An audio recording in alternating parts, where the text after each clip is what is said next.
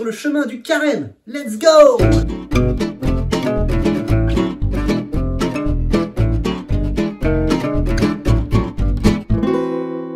Eh oui, salut, bonjour et bienvenue à toi, bienvenue sur le chemin du carême que nous allons faire ensemble jusqu'à Pâques. Bah oui, ensemble, après tout, c'est quand même éveil ensemble ici. Comment ça? Tu ne connais pas Éveil ensemble? Mais Éveil ensemble, mais c'est l'éveil à la fois où on s'amuse, où on danse, on chante, on fait des activités manuelles, on écoute des histoires, on découvre plein de choses à travers des petits reportages, à travers des témoignages. On s'amuse vraiment comme des petits fous. Et donc si tu ne t'es pas encore amusé avec nous, je t'invite à découvrir toutes les vidéos qui précèdent, qui existent déjà, et bien sûr à découvrir toutes celles qui vont venir et que nous allons faire encore et encore et encore et encore et encore. Mais revenons à nos moutons.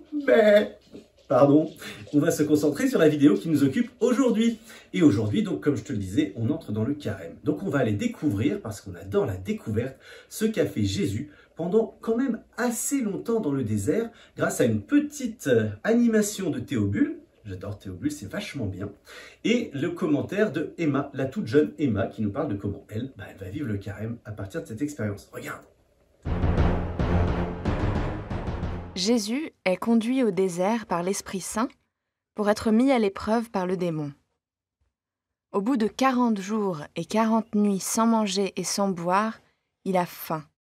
Le tentateur s'approche et lui dit « Si tu es le Fils de Dieu, ordonne que ces pierres deviennent des pains. » Mais Jésus répond « Il est écrit, ce n'est pas seulement de pain que l'homme doit vivre, mais de toute parole qui sort de la bouche de Dieu. » Alors, le démon l'emmène à Jérusalem, le place au sommet du temple et lui dit « Si tu es le Fils de Dieu, jette-toi en bas, car il est écrit, il donnera pour toi des ordres à ses anges, et ils te porteront sur leurs mains, de peur que ton pied ne heurte une pierre. » Jésus lui déclare « Il est encore écrit, tu ne mettras pas à l'épreuve le Seigneur ton Dieu. » Le démon l'emmène encore sur une très haute montagne et lui fait voir tous les royaumes du monde.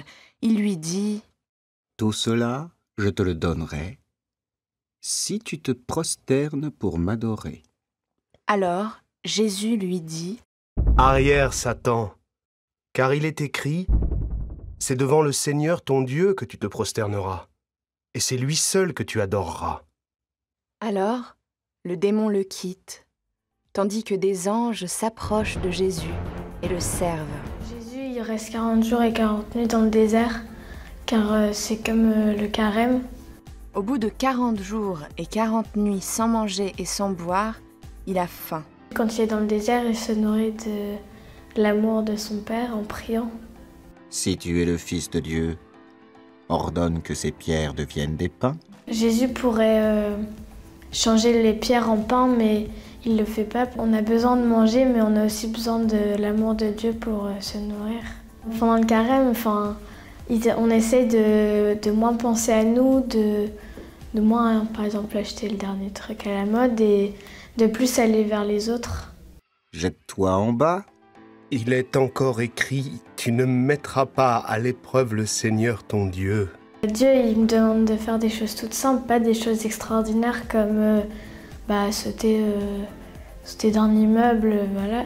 Il me demande juste de faire des choses simples, comme être gentil avec les autres. Arrière, Satan. Il n'obéit pas au démon, donc il nous montre l'exemple. Alors, le démon le quitte. On sent en nous le démon nous obliger à faire quelque chose qu'on n'aimerait pas faire. Par exemple, quand mon frère il m'énerve, des fois j'ai envie de le taper. Quand je le fais, j'obéis plus au démon à le faire que d'écouter mon cœur et d'écouter Jésus. Merci Emma et merci Théobule. Donc si tu ne connais pas Théobule, théobule.org, tu peux aller regarder les petites animations, les petits témoignages et plein d'autres choses aussi très sympathiques que tu pourras trouver sur le site internet. En attendant, nous allons revenir à nos occupations et nous allons travailler la cuisine. Puisque, comme tu le sais, à l'éveil, on adore aussi cuisiner. Et là, on va faire quelque chose qui est bien en raccord avec le thème de ce désert. On va faire des rochers avec Victoire et Alban qui vont tout expliquer comment préparer ça. Allez, on y va! Bonjour à tous! Aujourd'hui, nous allons faire des rochers à la noix de coco pour le carême, pour se rappeler de Jésus dans le désert avec ses 40 jours de carême. Pour ceci, il nous faudra 2 blancs d'œufs, 125 grammes de noix de coco râpées, 100 grammes de sucre moulé. Monte les œufs en neige avec une pincée de sel. Une fois que les œufs sont bien montés, rajoute le sucre et la noix de coco râpée et mélange tout doucement. Préchauffe le four à 180 degrés. Sur une plaque, fais des petites pyramides éloignées les uns les autres. Mets-les au four et pendant 15 à 30 minutes. Et regarde souvent. Bon appétit et bon carême. Miam, miam, miam, miam, miam. Merci les amis. Comme toujours, c'est absolument génial, fabuleux, très joli et très bon à la fois. Alors attention à ne pas confondre, hein, faut pas manger les vrais cailloux. Hein. On mange que les biscuits qu'on a fabriqués, bien sûr. Hein. Sinon, aïe, ça fait mal aux dents. On va en perdre une au passage. Bon, notre chemin continue, et puis ce qu'on aime bien aussi à l'éveil, c'est aller un petit peu plus loin avec des histoires. Et aujourd'hui, c'est Thomas qui nous a préparé une histoire. Regarde, écoute. Bonjour à tous, j'espère que vous allez bien. Comme vous le savez, au moment où sort cette vidéo, on est en plein dans le carême. 40 jours. Ça peut paraître long, mais c'est aussi le temps qu'a passé Jésus dans le désert pour se purifier et résister à la tentation. Et moi, pendant le carême, il y a une lecture qui arrivera dans quelques semaines, après la sortie de cette vidéo, que j'aime beaucoup, qui s'appelle « Le Fils prodigue ». Je vous la lis, et puis si vous voulez, on pourra en discuter lors de la prochaine séance, et vous me direz ce que vous en avez compris et ce que vous en avez pensé. Un homme avait 2 fils. Le plus jeune demande à son père la fortune qui lui revient en héritage. L'héritage, vous savez, c'est l'argent que vous touchez ou les biens que vous touchez lorsque vous avez grandi et que vos parents vous cèdent une partie de ce qu'ils possèdent. Une fois avoir touché son héritage, ce fils part dans un pays lointain. Et là, il dilapide tout dans une vie de désordre. Ça veut dire qu'il dépense tout l'argent que ses parents lui ont donné en faisant des choses, en s'amusant, en s'éclatant. Or, une grande famine survient, c'est-à-dire que les gens commencent à mourir de faim. Comme il se trouve dans le besoin, on envoie ce fils garder des porcs. Et là, le fils commence à se dire, les ouvriers de mon père ont du pain en abondance. Moi, je meurs de faim. Je vais donc retourner chez mon père. Mais il se dit, mince, j'ai péché contre mon père. Je suis plus digne d'être son fils. J'ai dépensé tout l'argent qu'il m'avait donné, alors que eux sont restés à travailler. Il décide quand même de rentrer chez son père. Quand son père l'aperçoit, il se jette à son cou. Le fils est très étonné, lui qui s'attendait à se faire disputer. C'est alors qu'intervient l'autre fils, le frère de celui qui était parti. Et lui, à votre avis, qu'est-ce qui lui arrive? Eh bien oui, il est jaloux. Il va voir son père et il lui dit « Moi, tu ne m'as jamais donné un chevreau, c'est-à-dire une petite chèvre pour pouvoir faire la fête avec mes amis, mais pour ton fils qui revient alors qu'il a gâché tout l'argent que tu lui avais donné, tu fais préparer une grande fête pour lui. C'est totalement injuste. » Et donc le père lui explique, lui dit « Toi, tu es mon enfant. Tu es toujours avec moi, et tout ce qui est à moi est à toi. Mais ton frère, que voilà, qui est revenu, lui était mort. Il n'avait pas compris la leçon. Mais il est revenu à la vie, il est revenu avec nous, on l'a retrouvé. C'est pour ça que je fais la fête. » Voilà, c'est l'histoire du fils prodigue. Moi, c'est une des histoires que j'ai le plus retenues depuis que je suis tout petit, parce que je trouve qu'elle est très parlante. Cet enfant, ce fils, qui part faire la fête avec l'argent, avec les biens de son père, qui dépense tout, croyant être richissime, tout faire, et puis qui au final se rend compte à un moment donné que quand il n'y a plus d'argent, ce qui reste le plus important, c'est quand même le noyau, c'est la famille. Et donc il revient de manière honteuse vers sa famille, Il est évidemment pas très content, puisqu'il se rend bien compte qu'il a fait des bêtises. Mais il décide quand même de revenir et de demander le pardon de son père. Et ce qui est magique, c'est que son père lui pardonne tout de suite et décide de le reprendre avec lui.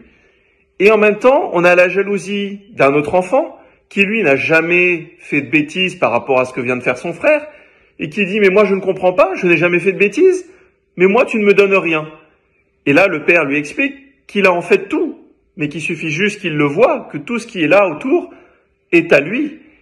Donc voilà, moi, cette histoire, je la trouve magnifique. Je trouve qu'elle nous montre à quel point la famille, c'est central. Et donc, je vous invite, en cette période de carême, avant qu'on se retrouve dans quelques semaines, à bien vous recentrer sur votre famille et à ne pas oublier ce qui est le plus important. Voilà, j'espère que l'histoire vous aura plu. Je vous dis à dans quelques semaines pour la séance en présentiel. À bientôt! Merci Thomas. Et ben voilà, comme d'habitude, une super histoire. Le talent du conteur, celui qui raconte bien, tu sais. Voilà, toi aussi, tu peux essayer d'en raconter des histoires à tes amis, ta famille, tes parents. Après tout, éveiller ensemble, c'est pas que nous, hein, c'est aussi tous les gens qui t'entourent. Il faut partager. Le carême, c'est le partage avant tout. Et on va chanter. On va partager le chant maintenant. Alors aujourd'hui, un peu spécial. Regarde ça. C'est un micro. Alors si tu n'as pas de micro, tu peux prendre bien sûr autre chose. Tu peux prendre une lampe de poche et faire comme si c'était un micro.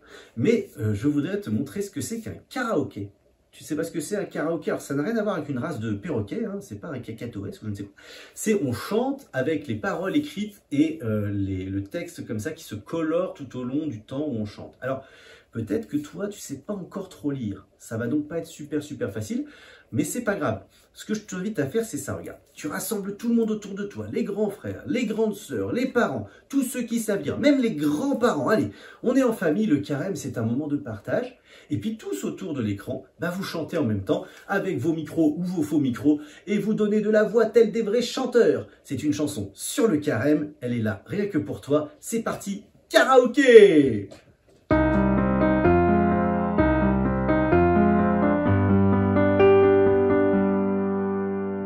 Dis-moi Jésus, comment vivre le carême?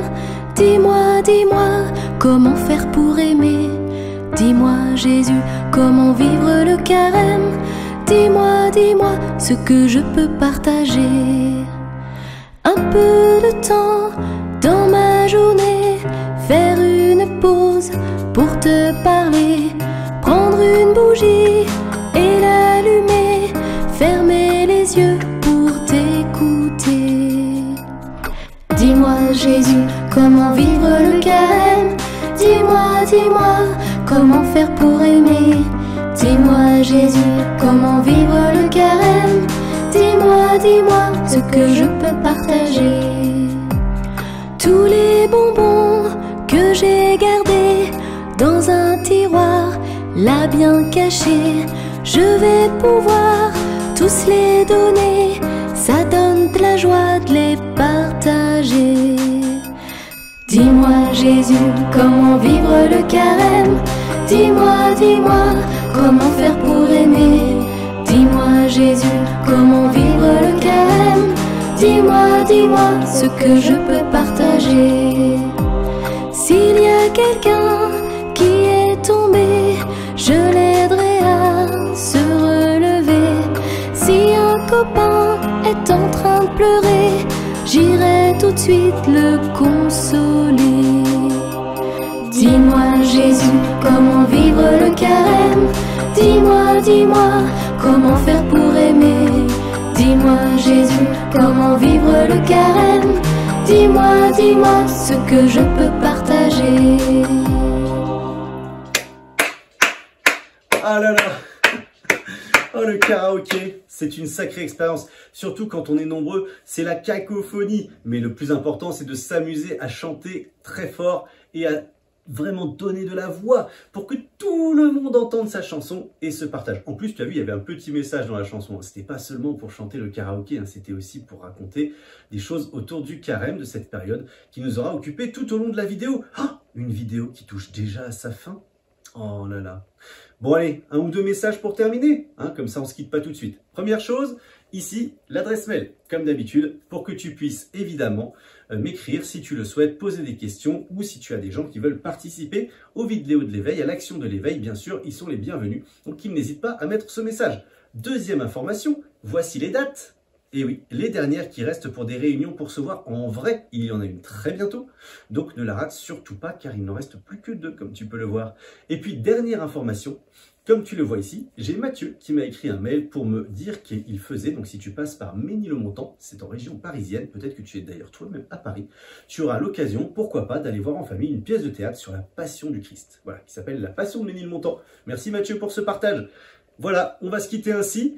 Je te remercie encore et encore de m'avoir suivi dans mes aventures, dans nos aventures de l'éveil ensemble. Et puis, on se retrouve à la prochaine vidéo.